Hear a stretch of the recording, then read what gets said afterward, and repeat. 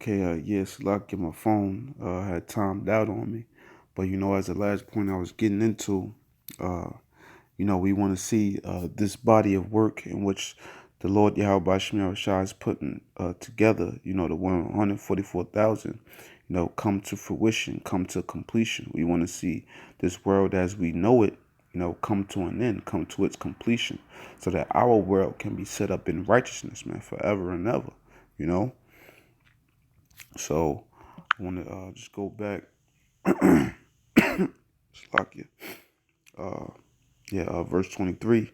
Let us hold fast the profession of our faith without wavering, for he is faithful that promised.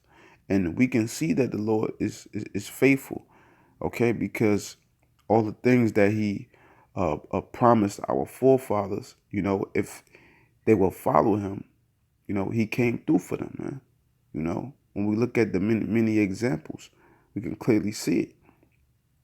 All right. And just from the prophecies that is speaking for itself, we can see that the Most High is a man of his word, man.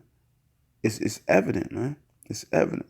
It's no other so-called holy book that's out there, you know, that's supposed to be, in the eyes of the other people, ordained by some supreme being that gives these prophecies, that gives the signs of the times as accurately and as in depth as the scriptures do. That's how we know Yahweh Bashem Yahushua, he is a true and living power, and he is faithful.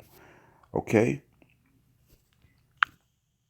And we have to constantly keep that in mind and keep the prize, in mind, because we right at the doorsteps of the kingdom, and we right at the doorsteps of the kingdom.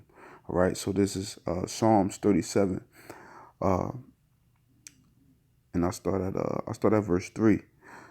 Trust in the Lord and do good, so shalt thou dwell in the land, and verily thou shalt be fed. Delight thyself also in the Lord, and he shall give thee the desires of thine heart.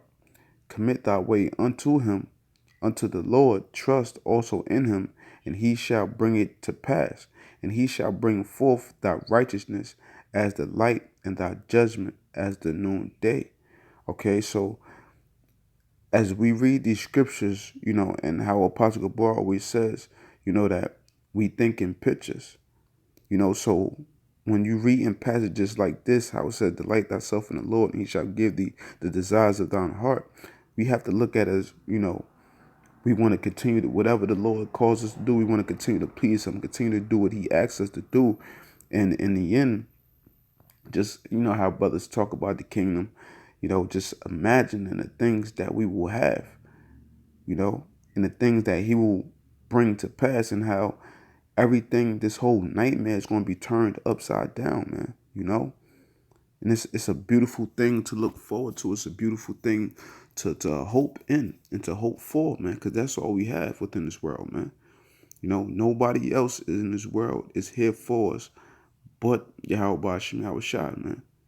No matter how close you may think a family member or friend could be to you, you know, nobody can be that great figure as Yahweh Shem Shai.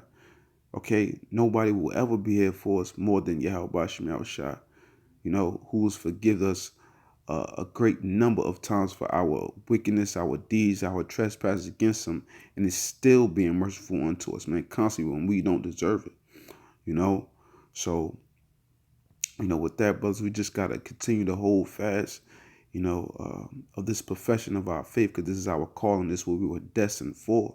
And if you truly believe that you were destined uh, uh, for this work, you were destined, to be a prophet, then you're going to continue to do what the Lord commanded you to do, and that's do the work, regardless of what. All right. So, with that, I just hope this segment was edifying. And I'd like to give all praises, honor, and glory to Yahweh, Ba'ashim Yahushai.